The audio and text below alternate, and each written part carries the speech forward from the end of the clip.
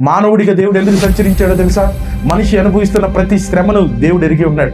మానవుడు అనుభవించిన ప్రతి శ్రమ దేవుడు ఎరిగి ఉన్నాడు. ప్రియ సహోదరుడా, మానవుడు అందరి చేత నిందలు పడ్డాడా? యేసుక్రీస్తు ఒంటరితనాన్ని అనుభవించాడు. మానవుడు అనేకమైనటువంటి శ్రమలు, ఆకలి దప్పులతో ఉన్నాడా? పేదరికంలో ఉన్నాడా? అన్ని అనుభవాలను దేవుడు అనుభవించి చెప్తూ ఉన్నాడు. సత్య మార్గం అనేది ఉన్నది. ఆ సత్య మార్గంలో నువ్వు వెళ్ళడానికి నువ్వు పాపం చేయాల్సిన అవసరం లేదు.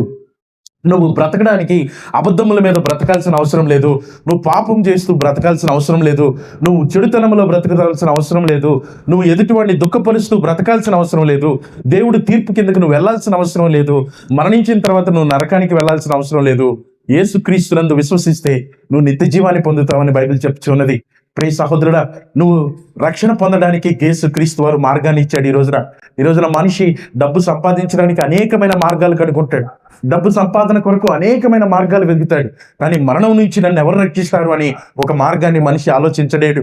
దేవుడు ఏదైనా మార్గం నుంచి విడిపించగలడా? రాబో మరణం నుంచి మనం తప్పించబడగలమా? తీర్పు నుంచి ప్రియ సహోదరుడా, పాపముని ఎదుర్కొనేటువంటి శక్తి మానవుడి దగ్గర లేదు. చెడుతనాన్ని విడిచిపెట్టగలిగే శక్తి మానవుడి దగ్గరికి లేదు.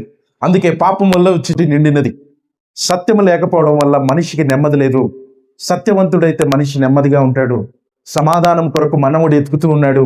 ఆ సమాధానము దేవుడిస్తాడు. ప్రియ సహోదరుడా, ప్రయాసముతోటి దుఃఖముతోటి ఉన్నారా? ప్రభువైన యేసుక్రీస్తు వారి